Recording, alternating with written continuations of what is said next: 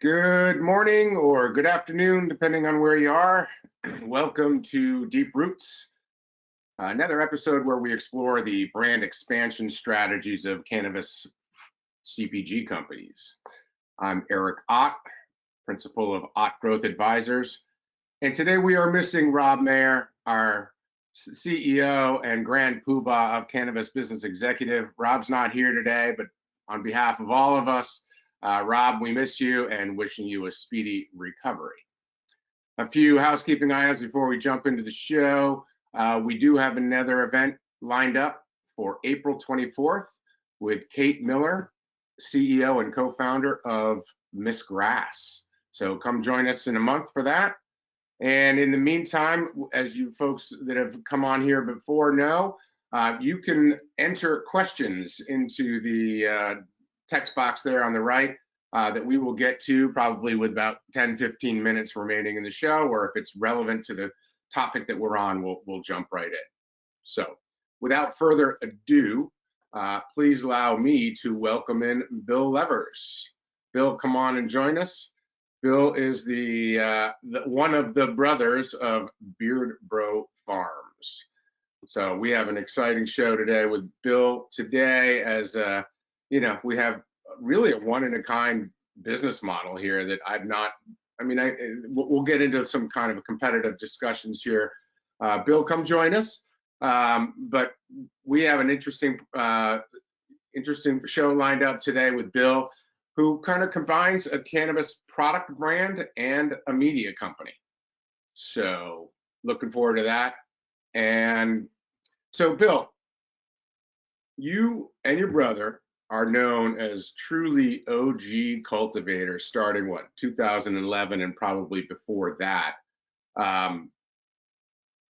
Now you've got an emerging media brand that's getting a lot of traction. I mean, how did we get here?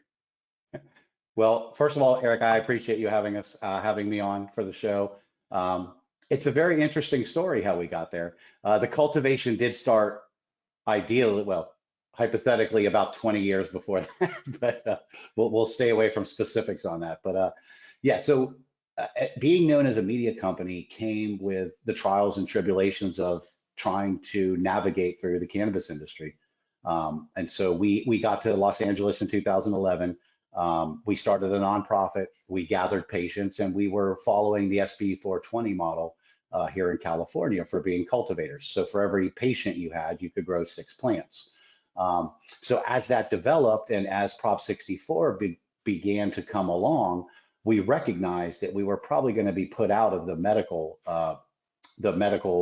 market that had been developed through SB 420 and 215. And so we began to try to figure out how we could get a license ourselves, because we felt that that was the way the market was moving. Not that the legacy times were over, but we wanted to have a business where we didn't have to take a different route to the warehouse every day. We didn't want to have to do things secretly and park behind it. We wanted to be able to park in front of our office and be proud of what we did. And so we started putting out curated information that we got from other sources that our friends and fellow cultivators and other people participating in the California market could use as information to help get themselves to a potentially licensed situation.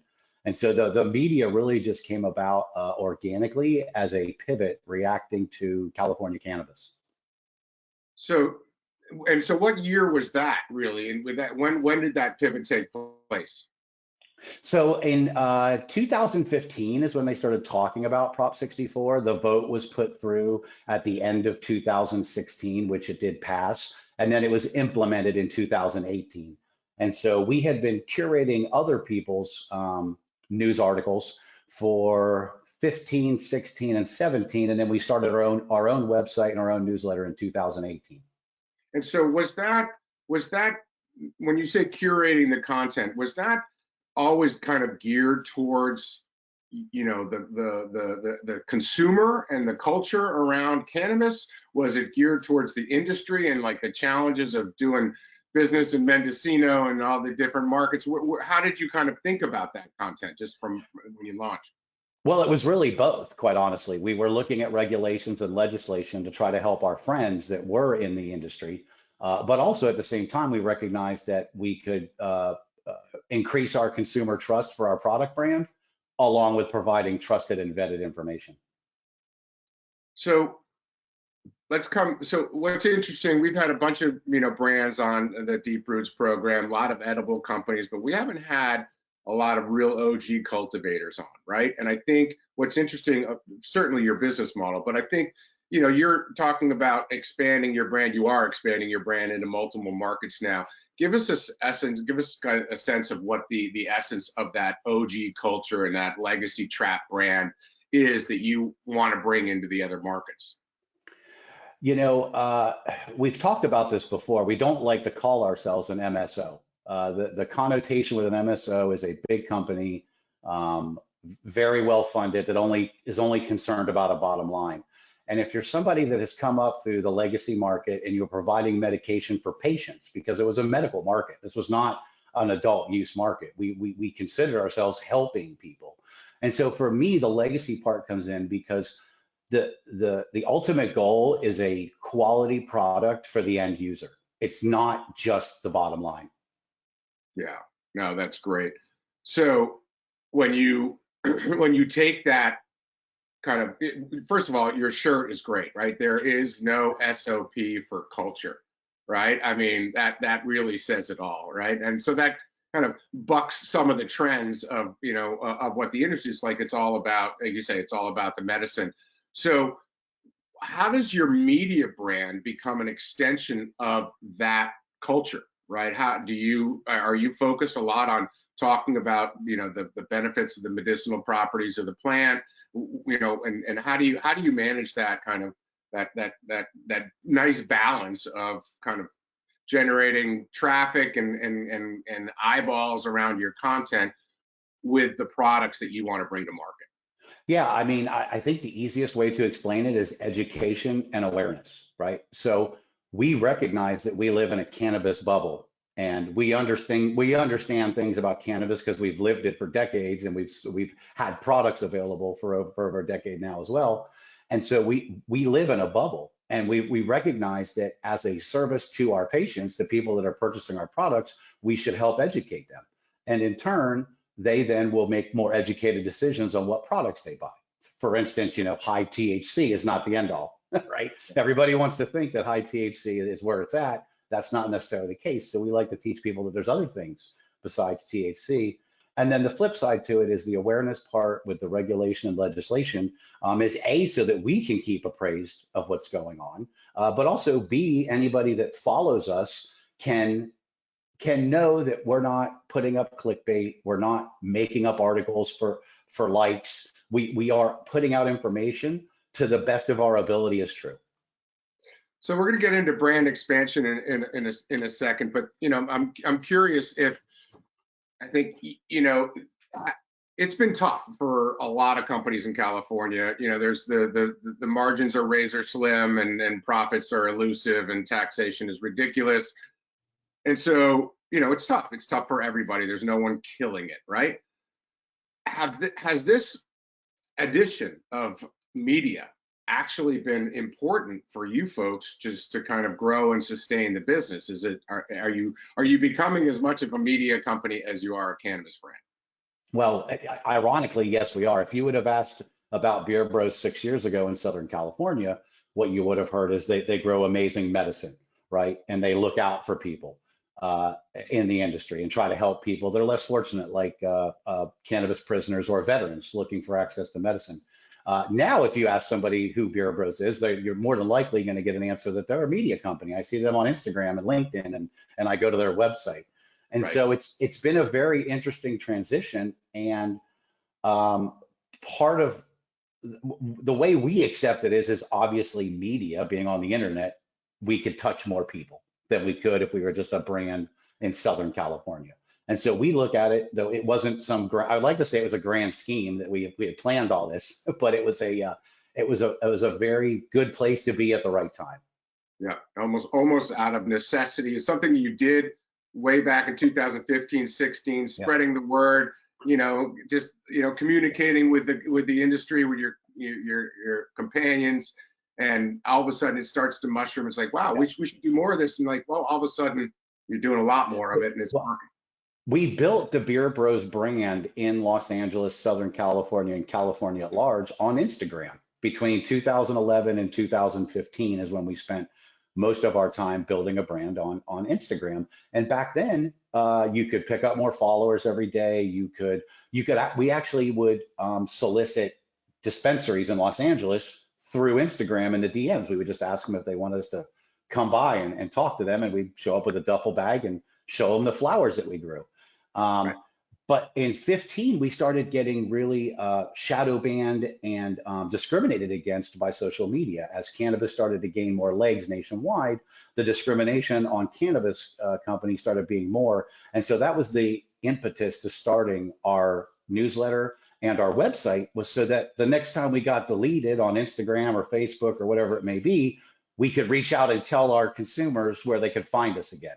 And so it literally just started that innocently, that we had there was no way to come back, no way to what's the word I'm looking for? There was no way to make up for losing 10, 20, 100,000 followers on social media. Right. You disappeared, and you were gone forever, and you had a mechanism in place to kind of bring people back around. So that's the genius of just kind of pivoting and being able to move quickly. So, okay, so we're going to get into some about the new markets, right? First, give us an overview. How many states are you in right now, and what's coming down the pipeline? Yeah, so currently we've been operating in California since 2011. Started with a license in 2018 with the adult use. Our next expansion was into Massachusetts with our partners at Ideal Craft Cannabis. We've been there since I believe August or September of 2023. We are finalizing all of the efforts to get launched in Missouri with our partners there, a company called Midwest Roots. And we have just launched a collaboration with a delivery service in Canada. And what we are doing is we are seeking out micro cultivators who grow quality products that would be the same product that we would cultivate. And what we're doing is we're making that selection available through Mendo Medicinal Cannabis in Canada. And the neat part about Canada is not only do we get to highlight small farms, we get to help them out. We're going to help them with bringing awareness to their brands. Obviously, we're purchasing their product for resale. But the coolest thing about Canada is with the federal legalizations there, they're able to mail through the Canadian mail system legally, and they actually accept insurance money for people that need cannabis. And so cannabis is given freely to people through insurance in Canada. And that was just something that really interested us, and we wanted to get more involved with that. Wow, that's got to be that'd be nice if we can get there. It's going to be a while, but that'd be awesome. So you're launching in Missouri, you're in California, you're in Massachusetts. Massachusetts, I think you went. You're one of your claim. You obviously are great cultivators, but you also, the Rick Simpson oil is another important part, and that's got the medicinal roots to it. Tell us a little bit about how that came into your portfolio, and then we'll talk a little bit about how to enter these new markets.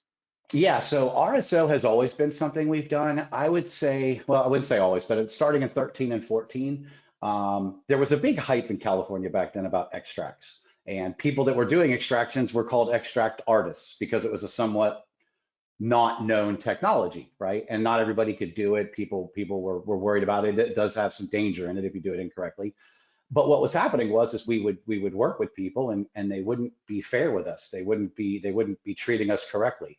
And so we said, you know what? Let's just take the biomass we had, the smalls and the trim that we would use, and let's make that into a product that would help people, and that we could just take along with our flowers that we were already taking to dispensaries, because we noticed that dispensaries we were selling our products to didn't have a consistent supply of RSO. So starting at about 13 or 14, we began bringing RSO along with the turkey bags that we had our product in that the dispensaries were buying. And so it just became something that we got known for in Southern California. We've donated a lot of it to veteran causes, to people with epilepsy and those types of things. So we got known as people that were producing RSO and were willing to help people in need. And so fast forward that to 2018 in Los Angeles, we were unable to keep our cultivation license at the time. And so it just made logical sense. If we couldn't produce flowers that we were known for, let's continue to have the RSO that we were known for produced, and we could put that into the market. And the goal at the time was just to keep our brand on the shelf, because we weren't going to be able to put our flowers back on the shelf. Right. So when you go to a new state, or you went in Massachusetts, is that what you led with? You led with RSO, and then as the name and brand gets out there, you can backfill with other form factors. Correct. We are very careful about the flower that we're willing to endorse. It either has to be a comparable quality to ours, or we have to cultivate it. And so that's where Canada came in. We're able to vet these guys, talk to these guys, see the product, try the product, make sure it's something that we would put out. And so what happens with RSO is flowers are great, but you need tens of millions of dollars to build out a facility to cultivate your own. Whereas with a manufactured product, you don't need to do that. Manufactured products are also much more shelf stable, longer lasting, easier to transport. They're not subject to hype. And so we decided to take the longer path, but the more solid path of just building a reputable medical brand rather than trying to go for hype on the next new strain of flower. Great. Well, I want to come back to that in a bit, but let's talk about expansion now, right? So you approach a partner in a new state. You've got a value proposition that is a combination of medicinal and flower products, and you also have this media company. How does that go together in terms of do you say, hey, we can promote our brand here as well because we got the media company, and we can promote you, and how do you present your value proposition to that partner in that new state? Yeah, well, I mean, that's a very tricky thing. We've been navigating that for years now. The reality of it is, it used to be if you just had a brand, you might be good at working in another state. Now that's not enough. You can't just have a brand. You need to have formulations. For us, the media component is huge. When I try to think of, can I think of any product-based brands that became a trusted media source? I can't really think of one. You can think of media brands that became product or had products because they already have eyeballs being a media company. So it's a somewhat easy carryover to sell products just because you have lots of people looking at you. We, however, took the other route, again, not intentionally, it just organically worked out that way. But as far as going into another state, we offer not only our brand and our formulations and the media, but we also have really a Rolodex that I believe is second to none in the industry. And so I really feel like Beer Bros has a three-part approach to not only helping, but uplifting and working with other brands in other states. So are those kind of, is the media component of that? Are there metrics that you bring to the table and be like, look, I got, 1,000, 10,000, 100,000 eyeballs in the state of Massachusetts already on my, looking at my content or subscribing or what have you? Does that play an important role for your partner? Yeah, absolutely. I mean, the analytics of the reach certainly plays in a role as to how quickly can you accelerate the business proposition that you're in. So yeah, definitely. But then the social media as well. I mean, I cannot understate the importance of social media. I know a lot of people laugh off Instagram. Well, guess what? Instagram's not getting replaced. People have tried to replace Instagram 10 times with new platforms. It's not going anywhere. And so between the social media and the actual Google Analytics, yes, that is something that we lean into when talking with partners. So you go to the market, you have a very, it's interesting that I guess you've got to have synergy with your partner, right? I have to, when I'm hearing, can only make sense that, there's no SOP for culture means that it's got to be, here, yeah. right? Yeah. And so well, how do you, the SOP for culture, simply, we're not trying to put anybody down with this. We're simply saying that you can't write instructions to understand the culture. You have to live in that culture. And you could have lived in it for 10 years, 20 years, or you could be new to it, but you could still embrace it. can you partner with somebody that might be newer with the industry if they're kind of in it for the right causes or right reasons, and you know how do you think about that? I mean, For, you're for, obviously looking for people that are of similar thinking than you are, but not everybody has been in the industry since 2011. Correct. So they have to have the same ethos we do, right? That the goal has to be to help people. It can't just simply be a bottom line.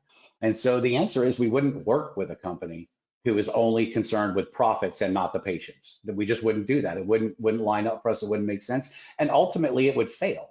And so for us, part of the litmus test for a partner is stability is obviously number one, because in cannabis, that's huge to be stable. But secondly is likability.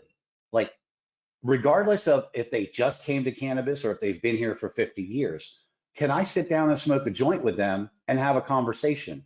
Are we still going to be having substantive conversations a year or 2 years from now? Because if I don't feel like I'm going to be able to work with these people for the long term, I certainly don't want to waste my short-term time with it. So that's interesting. You mentioned that, obviously sustainability is, a solid business model. You have to stay in business to sustain. So how do you look at the relationship that you forge with these people? Is it really more about, all right, we both need to be profitable, right? I mean, we need to make money. That's we just to be here. Do you sit down then with like a business plan and like really lay it out? And how do you think about the licensing model? Because a lot of people do a very straightforward licensing model where they expect to get mailbox checks and they don't get that involved and let every the co-packer or the brand in that state do all the work. Whereas, you seem to be a little bit more, you lean in a little heavier. We are definitely more hands-on, and I would suggest for anybody doing licensing deals, you have to stay hands-on. You have to have a consistent brand message from one place to the next. You need to have consistent packaging from one place to the next because you're building a national brand with regional partners. And so the oversight of that, in my opinion, is crucial. Yeah. So apart from ethos, what else are you looking for in a partner? What are the things that that resonates with me? Yeah, a lot of people that are in cannabis, especially new into cannabis, have done other things. And so you can always look into what they have done or what they are still doing as an example of what may be to come in the cannabis business. And so that's something we look into too, because some of our partners have other businesses and they're getting into cannabis because it just got licensed in their state. Yeah. Do you have a preference? I think there's a couple interesting things going on in the industry with regard to the type of partner in a market. So you have the co-manufacturers that really just make products for all brands, and in some markets they have to deal with logistics, in some parts they do sales.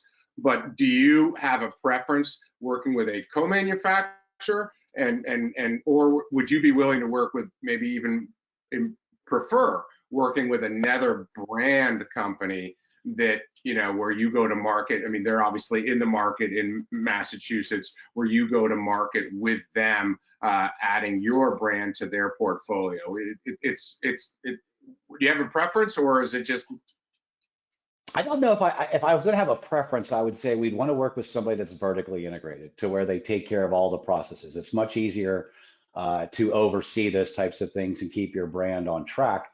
However, I would say you have to be flexible because we've got not all 50 states. We've got 46 states with different laws and different regulations. For instance, in Florida, you have to be vertically integrated, whereas in other states, you don't have to be. And so as far as the licensing agreement goes, you have to stay very flexible and understand how to pivot from one to the other. We've got both things happening. We work with people that are vertically integrated. They do the cultivation all the way to retail. And then we work with people that just have processing licenses where they don't have the cultivation, they don't have the retail, but we work in the middle. So it's really just being flexible is the key. So in terms of what have you found to be, and what do you want to focus on with your partner in terms of the things that you bring, the support that you bring to the table? What is, are you feet on the street sales? Like where do you kind of draw the line? Like, this is how we're going to support you and these are the things that we need. Like our core competency, our DNA is over here. What are those things that you're always going to bring to the market, and where do you need the help? Yeah. Generally, as far as the execution of the products being manufactured and the sales, that's on our partner. We are able to assist that through marketing and social media promotion that we do ourselves. So as far as feet on the ground, no, we're not knocking the doors, but we will support the salespeople with marketing. We like to hear their feedback. We like to hear what people are saying about the products so that we can pivot to address any situations that might arise. But it's really, as far as a licensing agreement goes, it's really more of a support role in marketing and guidance and connecting. Even though we're not in we don't live in the states that we operate in, we know a lot of people across the entire country. And so we can also help our partners with strategic decisions on a manufacturer or a packaging company or even know retail people that we can help get the products into. So makes sense. You have a lot of marketing chops, you have a brand, and you have a great reputation. You go into these markets and I guess my question is, are you able to localize the content? I mean, would you, Massachusetts, do you have any examples, or can you really take a deep dive into the Massachusetts market, and create content around that to drive brand awareness that helps you and your partner? Yes, absolutely. You can reach out to people. You can email consumers or retailers that have your product, ask them their feedback. Obviously, with Google, there's geofencing ability to where you can send out messaging to certain areas. It's also really just understanding the market and recognizing that basically since 1996, California has been quasi legal, right? We've had dispensaries on corners for 20 plus years. A lot of places don't have that. And so there's really just there's a large learning curve through nobody's fault, but just the fact that they didn't have access to it. And I think there's got to be another thing that you bring to the table in terms of what you mentioned before, the focus on the medicinal side of things, right? The reason we're all in this industry is at the core is the medicinal benefits of the plant and the impact it has on people versus other vices that certainly don't have positive impact. And so when we talked a little bit before about how important that is to you in terms of the medicinal impact, but also now you're a flower brand, right? And I'm curious, are your users typically, I mean, you got the Rick Simpson oil, but you've got the great high THC flower. Are your users trend more heavy users, heavy THC consumers? And do you focus on marketing your content to them, or are you cross demographic and really just helping people for any need they might have with cannabis? I would say we have a really, really wide breadth of service that we do with people. So the manufactured products, the tinctures, the RSO, the topicals that we're going to be coming out with in the near future, those type of things are geared more toward my demographic. I'm gonna be 53 this year, so I'm not a spring chicken anymore. And so I think that your manufactured products that take on the form of what people are familiar with pharmaceuticals, right? Whether it's a tincture or a capsule or a lotion, those types of things tend to reach that 40 to 80 demographic better. Whereas I think our flower would reach the 20 to 40 group more, because it seems like a lot of younger people are more into flower consumption than they are in manufactured products. So for us, it's been kind of a twofold. Let's continue to attract a younger crowd that is consuming cannabis in an inhalable form, and then also the crowd like ourselves who are starting to use more non-inhalable products as they get older.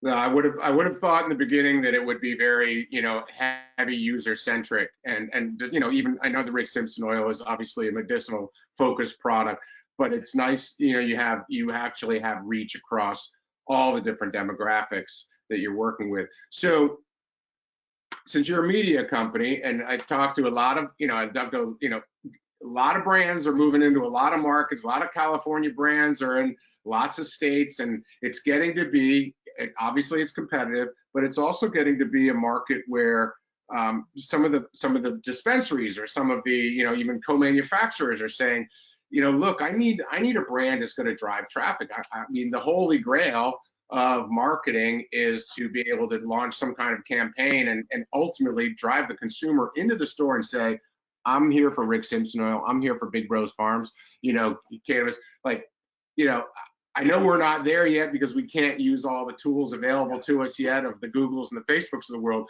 But what are those things that you can do? What are the things that you've been successful doing in terms of driving customers into stores to look for your products?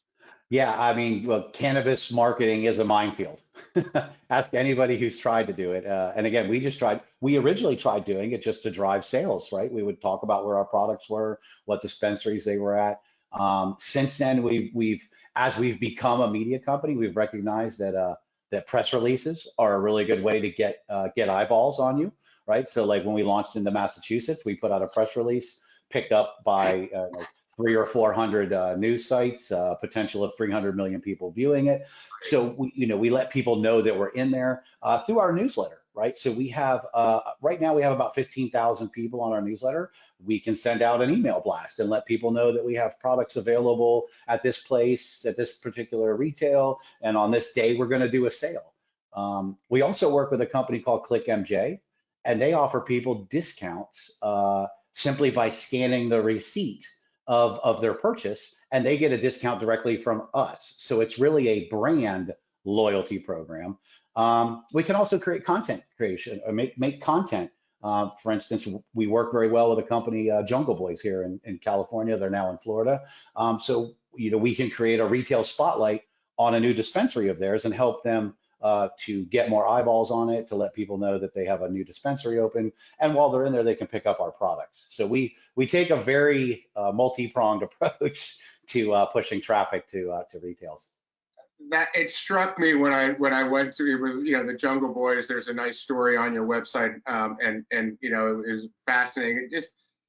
I felt when I went there, relative to this discussion, I felt like, okay, here's Coke marketing Pepsi, right? Like that's something about cannabis. Mm-hmm. Like one could say, my gosh, they're marketing their competitors, right? Yeah. Like, you guys don't think that way, right? It's like, no, collaboration over competition at this point.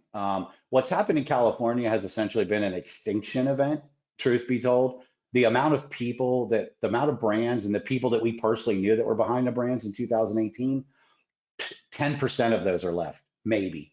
It's been brutal in California. It's been a bloodbath between the barriers to entry, the overregulation, and the overtaxation. And so, yeah, we are contemporaries with Ivan and the Jungle Boys, but at the same time, I want us both to succeed. So why wouldn't we promote them? yeah, it's a wonderful life, right? It's Santa sends them to Macy's and what have you. But yeah, I think it's got to be a real driver for loyalty, because someone's looking at you as like, okay, they're not just pumping me full of messages to buy their product, but like I think so many cannabis consumers want to get behind the products that they take, and you seem to be not only realizing that but leading that charge. Yeah, we've published, I believe, about 1,600 articles on the website so far since 2018. So, we want people to know that we're providing education. A lot of those are collaboration posts. We work with a lot of people across the industry, and we want to lift all the ships up. We're not trying to sink anybody. We all need to row in the same direction, because the reality of it is the people that are going to disrupt the cannabis industry as we've known it for decades, they're not even in yet. It's the big pharma, the big alcohol, the big tobacco. When they come in, all bets are off. The amount of money they have behind them is ridiculous. Right. No, that's fascinating. I mean, it'll be great to see how that plays out if they can do that, right? I mean, ultimately they're going to come in probably trying to acquire brands that have a culture that is cannabis centric, right? And instead of just being here's a new bottle of tequila and let's package it up and sell it. So it'll be interesting to see how that plays out. You can kind of see a little microcosm of it in Florida if you take a look. because there was no culture. There was culture in Florida. We lived there for a long time. So people were cultivating cannabis in Florida, but it was not a known culture, right? And but go look at Florida. There's probably more California brands operating in Florida than Florida brands now. Right. So Right. Yeah. Well, it's an MSO dominated market who, with all due respect, don't always grow the best weed, right? And so they need to get people in. They got to get some product on their shelves that people can that are other brands that are more reputable and whatnot. So let's talk a little bit about that. I mean, I think you know do you feel like, I mean, to me, like your model is so unique that there's not a lot of comps for who you compete with, right? I mean, the logical one, I guess you go to High Times, right, would be the one that built a media company and obviously through a lot of their events kind of now is launched off into developing some of their own brands or retail locations with mixed success, I'll say. But how do you look at your, like High Times as a competitor? Do you see it that way? no, I really don't, because for me, stated my age earlier, I'm old, so I grew up with High Times, right? So I was always a big fan of High Times. I don't view them as competition, to be perfectly honest with you. John Capetta, their senior editor, is a friend of ours. We talk frequently when I see him. There's no competition in person. There's no competition like that. Ironically, High Times carries our products in their dispensaries. So you could say that the collaboration over competition even carries through there as well. Is there So when it comes to the product side of things, I mean, so I guess based on what you're saying, it's like you're not tripping too much on other flower companies, other tincture companies. That's not, but the MSOs, right? What is your take on the MSOs and collaborating with the MSOs? Is that, because you mentioned in the beginning, like you're hesitant Yeah. to suggest, to call yourself an MSO or a multi-state brand, right? Or a multi-state operator, multi-state brand. So there's some hesitancy from you to go there. Is that because you don't want to be associated with the private equity funded, publicly traded, large scale, companies that are focused in limited license markets, or how do you think about that?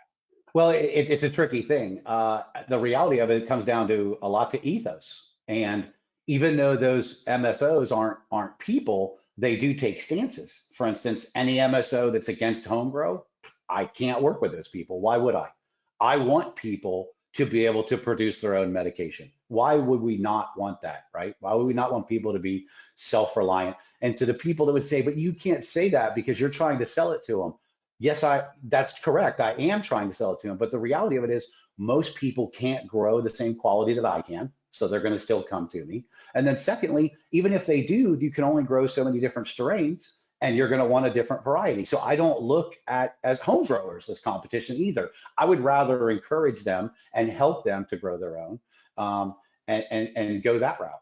So It strikes me a little bit of like there's like kind of the ethos and where you come from, and then there's others that are more like Acme indoor, or like the MSOs are known for average weed, right? And obviously that I can't put them all in a bucket like that. Some are yeah. better than others.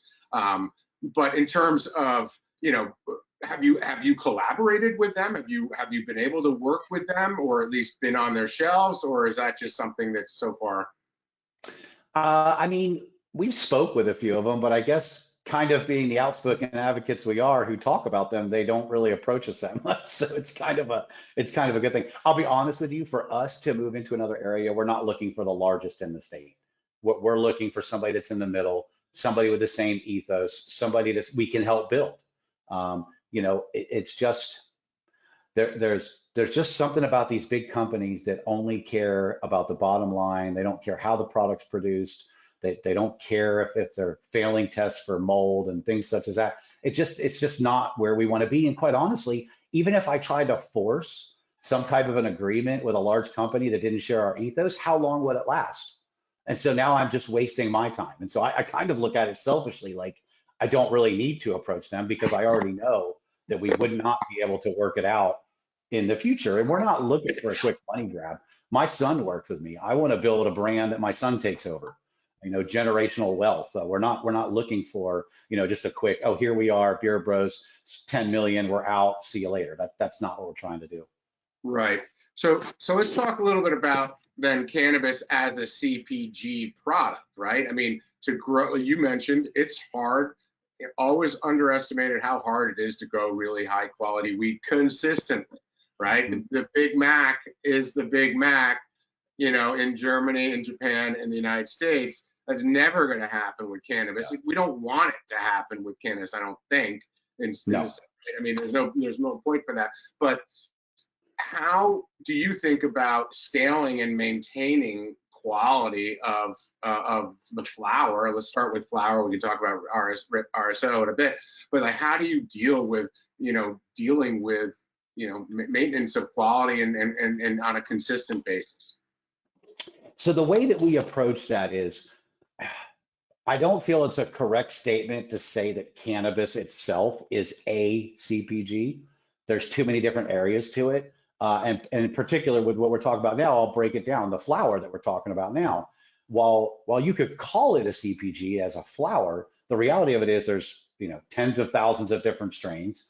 And even if you have the exact same strain, one batch from the next can have different testing numbers and maybe give you a slightly different effect. So for us, we call flower CPG, but the reality of it is it's so nuanced. I don't believe it could be. I don't believe it's technically a CPG. Whereas on the manufactured product side, which is another reason that we made the move into promoting manufactured products and being able to do them in other areas without having to physically inspect the product, right? With a manufactured product, you're either hitting the correct numbers and it's clean, or you're not. There's no in between. And so I would consider manufactured products much more of a CPG than I would a flower. Okay, so that makes a lot of sense, and I think it's probably one of the reasons why there's been a little bit more aggressive expansion from gummy brands and things where you have a formulation and yes, the inputs from the oil might be slightly different or test different, but largely you can manage the effect to be the same. But you can't do that with flower. So, but again, what you're saying is that's not a bad thing, right? That's a good thing. The different, feeling different things, different strains and whatnot. Do you do anything with on the genetic side on with that, or is that? I would love to breed, but I am not a breeder. Never will claim it. Those guys have so much more knowledge than I do. It's fascinating to me. Like every grower, we've done some accidental breeding before. We've had some plants that hermied and put out some seeds, but as far as being a breeder, no, we're not. Okay, but so then how do you what happens? If you launch a flower brand like you're doing in Canada, do you feel like it's almost like I'm envisioning like, all right, it may be one market, two markets, but if there's going to be 20 markets that are going to be selling Beard Bro Farms cannabis, how are you going to make sure that the quality is there is an SOP around quality of that? No, that's an excellent question. And ironically, the answer for us, like in Canada, is my collaboration over competition statement I made earlier. So in Canada, we worked with our partners there that are distributing the product to identify multiple farms that we wanted to talk to and see the types of product. And so we include them. And so this first launch we did in Canada was grown by a company called Astera. And the strain that they grew was a Jungle Boy strain. And so our first launch in Canada was Beer Bros Farms in Mendo presents Astera grown Jungle Boy genetics. And so we lean into the collaboration. So the answer to that question is collaborate with the people you're with. Be transparent. Let people know what you're doing. That's what they appreciate. You don't want to cover things up and then have people find it out later on that you weren't being genuine. That's been part of our rise, I guess you could say, is that the transparency and being genuine has served us well. So you're probably educating a lot of your partners every day on how to, tricks of the trade, right? I mean, there is IP in your transfer of knowledge that it doesn't sound to me like you're tripping on that. Like, so what?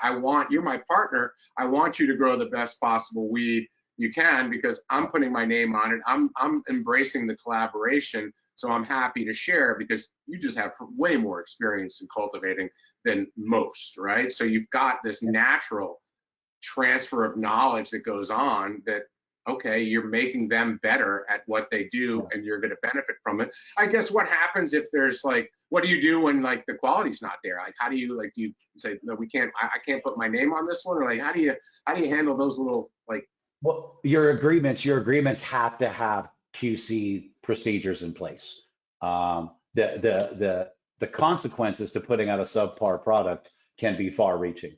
And so for us, it always has to be quality first. It has to be something we would consume ourselves, and it has to also be at a reasonable price. Like we've never been the highest price. We don't ever intend on being the highest price. We want to provide quality with value. and so how do you manage that from California? Well, I mean, if you're talking about a flower, again, we have to, there's certain things, testing, physical representation of it, the people that you're working with, you want to look into how they're doing. Like for instance, with Astera, we were on calls with them and found out how they cultivated it. We took a look at their rooms. They were doing things 90% the same way we do.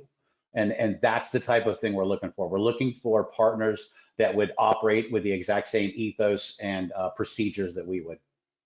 So how involved do you get in their cultivation procedures? Like, do you know it inside and out? You know exactly what they're doing and lights they're using and everything, or how involved are you in that supply chain, analytics? Well, the thing about cultivators is there's a thousand different ways to skin the apple or whatever that saying is. Yeah. So everybody approaches it from a different aspect, and it all comes from their own knowledge. Because let's face it, until the last few years, there weren't books. I mean, there were grow books, but there weren't books to tell you how modern day cannabis is being cultivated now with the high tech facilities, with the irrigation systems, with the monitoring systems, with all of those things. There is no just guideline to do that. So everybody adapts that from what they knew into what they're able to work with now. And so I don't try to get too deep into the weeds with the companies, as long as they're using the same type of techniques we are, and the end product is something that we would consume ourselves, that we are confident to put in a bag with our jar with our name on it. That's really the final go point for that. So would there be a scenario where you walked into a cultivator's, facility and been like, no freaking way, no, I'm not working with you, or just look at that and be like, let's see what the output is. Like, if you could make this work, I've never seen it before, but That's a good question. I mean, if I walked in and it was not, I mean, cleanliness, if you've cultivated ever, you understand that cleanliness is nearly more important than anything else in a grow. And so, for instance, if I walked into a dirty grow, yeah, I would walk out. I don't care what the end product looks like, because the reality of it is with a dirty grow, you're going to have a dirty end product at some point. And so that would be a deal breaker for us. But, again, other than that, as long as they have growing quality medicine going to an end consumer patient on the top of their mind, those are the type of people we want to work with. And they're not hard to tell apart, trust me. The people that take pride in cultivating cannabis, that shows. Yeah, no, that's fascinating, because I think I know that there are quite a few California cultivators going into new markets, and they're basic, like, we're coming in to grow. We're going to rent your license, and you can't, like, cross contamination. We don't want any of your employees near our facility. Like, we're just going to pay you a glorified high rent, right? And leveraging your license, and we don't want you we don't even want you in the room. Yeah, right. I mean, you've got to realize too that some of these brands coming in from California have nutrient recipes and environmental formulations and strains that go back 2 decades, right? And so the reality of it is a lot of these new markets, they might have a cultivator who got a horticultural degree 5 years ago, right? I was in jail for growing cannabis 10 years ago. Right. So the reality of it is there's a lot of times the larger companies don't have access to people with the intimate knowledge. Yeah, great.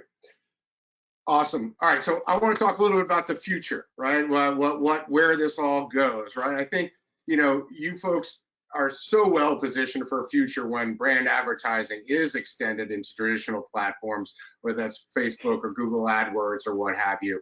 Um, are you preparing for that? We are. On the media side, we're preparing by getting much more dug into Google, increasing our awareness, getting into Google Ads as well. We spent 6 years building a website with the intent of getting Google's attention, right? You want to get as many views and clicks and likes as you can. And so we're certainly leaning into that because once it does become federal, uh, once we do get some type of a way for California products to get to Iowa, or New York products to get to Indiana, or whatever the case may be. Once we start moving products over the line, people are going to be much more tuned into brand awareness, in my opinion, because right now they have to go to whatever's close, right? And they purchase, they don't have to, but most people go to their neighborhood dispensary and they purchase what they feel is the best decision they can make there. When we're able to ship like Canada does directly to your door, and you could buy a Beer Bros flower that would show up in less than 3 days at your doorstep, I really feel that's going to be the future. It's not going to be the walk in and pick, whatever the best thing you can find in a retail. It's going to be people doing research and purchasing brands that they can support. And so that's why we are positioning ourselves for that. What do you think happens? I mean, when the walls come down and the Diageos of the world, right, the alcohol brands, the pharmaceutical companies, when these companies come in, I'll never forget a meeting I was in with one of the MSOs that had like the brand guru on the board, like the guy who's created brands that we all know and love and very successful, sold for billions of dollars.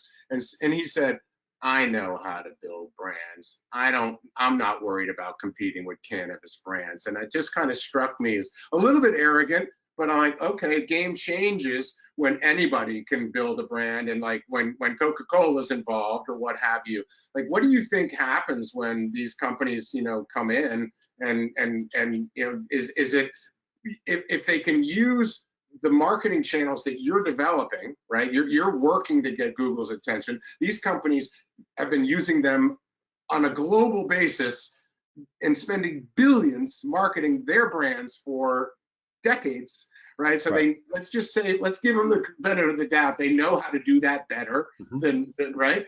What happens when that all when like, our new brand's going to be created overnight that is going to disintegrate all the legacy brands of cannabis, or is there a way for the Beard Bros of the world to fight back and kind of hold your ground?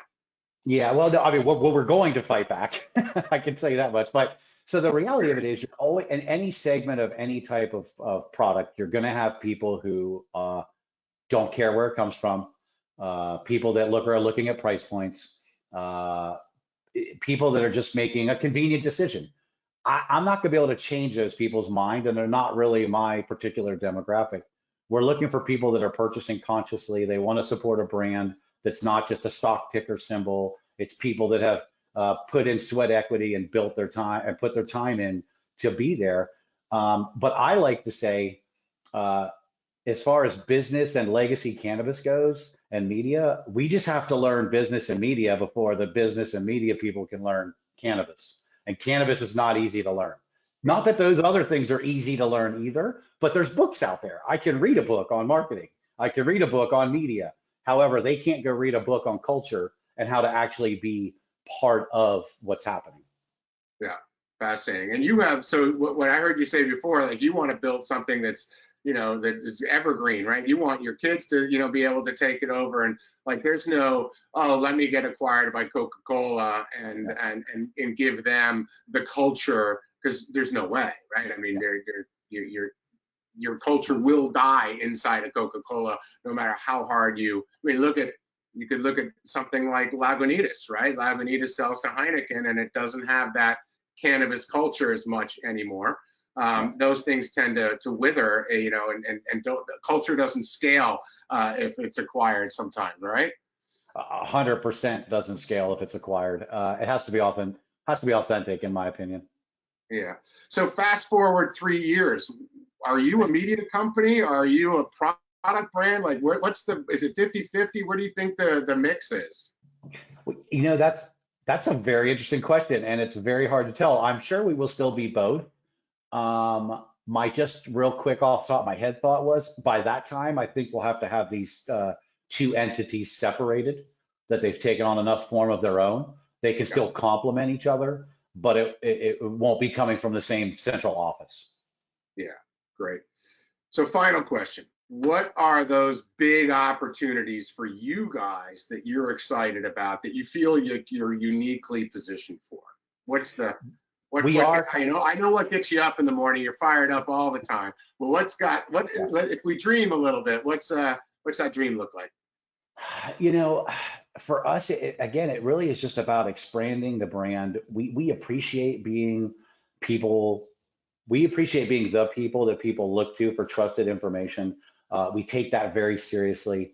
The grand scheme would be that we're operating in 3 years. I'd like to be operating in 10, 15 states. We're looking at the East Coast right now. We've got a couple things popping on the East Coast where we're originally from, where we have a really large fan base, larger probably than our Southern California fan base, because we lived on the East Coast for decades.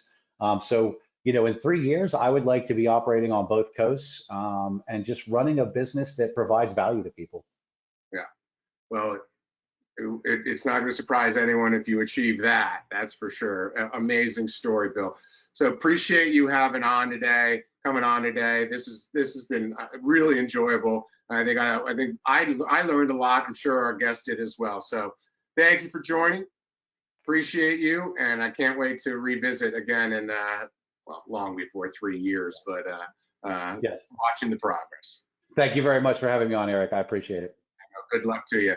Folks, that's going to be a wrap today. We do want to just remind you that we will have our next guest, Kate Miller from Miss Grass, on April 24th. So please come back, learn about their strategy for expansion. Thank you so much for joining us today, and have a great rest of the week. Take care.